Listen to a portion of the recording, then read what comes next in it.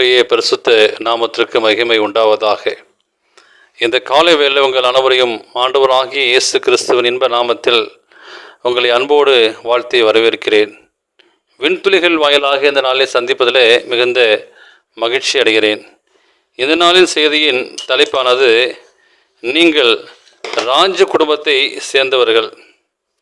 1 யோவான் 3:2 வாசிக்கும்போது, பிரியமானவர்களே, இப்பொழுது தேவனுடைய பிள்ளைகளாக இருக்கிறோம், இனி எந்த விதமாக இருப்போம் என்று இன்னும் வெளிப்படவில்லை. ஆகிலும் அவர் வெளிப்படும் போது அவர் இருக்கிற வண்ணமாகவே நாம் அவரதை தரிசிப்பதனால் அவருக்கு ஒப்பாயிருப்போம் என்று அறிந்திருக்கிறோம். தேவகுமாரர்களாக, பரலோக அரசின் பிள்ளைகளாக, அரச குடும்பத்தை சார்ந்தவர்களாக இருப்பதை போன்ற ஒரு கனத்தையும் மகிமையும் உலகத்தில் உள்ள எந்த பதவி உயர்வும் மேன்மையும் வழங்க முடியுமோ? உலகத்தில் மேன்மைப்படுத்தப்பட்டவர்கள் வெறும் மனிதர்களே. அவர்கள் மரித்து மண்ணுக்கு திரும்புவார். அவர்களின் புகழ்ச்சியும் கனத்திலும் எந்தவித நீடித்த திருப்தியும் கிடையாது. ஆனால் தேவனிடத்திலிருந்து வரும் கனமும் மேன்மையும் என்றும் நிலைத்திருக்கும். தேவனுக்கு சுதந்திரவாளிகள் என்பதும், கிறிஸ்துவுக்கு உடன் சுதந்திரவாளி என்பதும், தேவன் கண்டுபிடிக்க முடியாத ஐஸ்வர்யத்திற்கு நாம் பாத்திரங்கள் என்பதும் எத்தனை மேன்மையானது!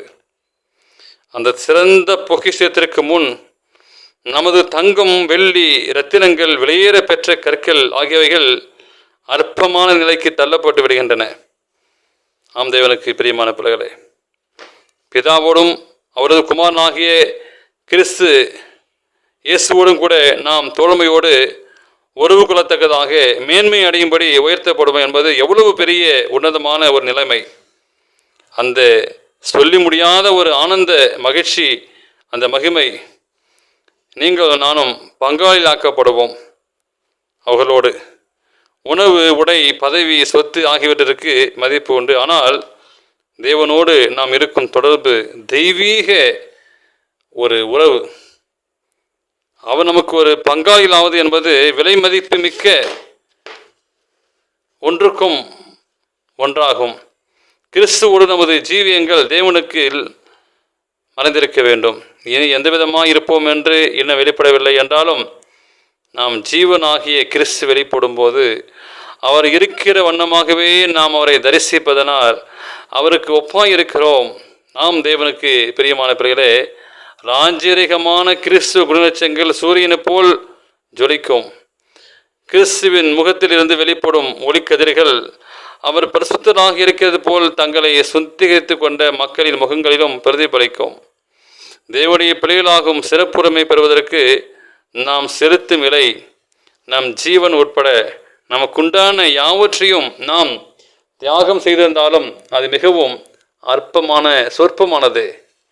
யோவான் மனுஷிகத்தன்மையில் தேவனுடைய மகிமையை கண்ட பொழுது அந்த காட்சியை காண முடியாதனாக சத்தோனை போல் விழுந்தான். ஆனால் தேவனுடைய பிள்ளைகள் சாவாமையை தரித்து கொள்ளும் பொழுது அவர் இருக்கிற வண்ணமாகவே அவர்கள் தரிசிப்பார்கள்.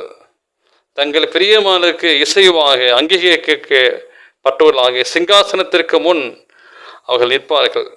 அவர்களின் பாவங்கள் அகற்றப்பட்டு விட்டன. அவரது மீறுகள் யாவும் அப்புறப்படுத்தப்பட்டாயிற்று. தெய்வ சிங்காசனத்தின் பூர்ண மகிமையை அவர்களால் இப்பொழுது காண முடியும். அவர்கள் கிறிஸ்துவோடு அவரது பாடுகளுக்கு பங்காளிகளாகவும், மீட்பின் திட்டத்தில் அவரது உடன் ஊழியர்களாகவும், தேவ ராஜ்யத்தில் ரட்சிக்கப்பட்ட ஆத்துமாக்களை கண்டு அவர்களோடு மகிழவும், நித்தியமாய் தேவனை துதிக்கவும் பாக்கியம் பெற்றுவார்கள். அப்படியேப்பட்ட ஒரு கூட்டம் ராஜரீக கூட்டமாக இருக்கிறீர்கள். அந்த ராஜ்யத்திற்கு உங்களை அழைக்கிறார். அதற்கு தங்களை இந்த காலவேளை ஒப்புக் கொடுப்போமா? சங்கீத பக்தன் சொல்கிறார், உமக்கு பயந்தவர்களுக்கும் மனுப்புத்திரருக்கு முன்பாக உம்மை நம்பியவர்களுக்கும் நீர் உண்டி பண்ணி வைத்திருக்கிற உம்முடைய நன்மை எவ்வளவு பெரிதாக இருக்கிறது.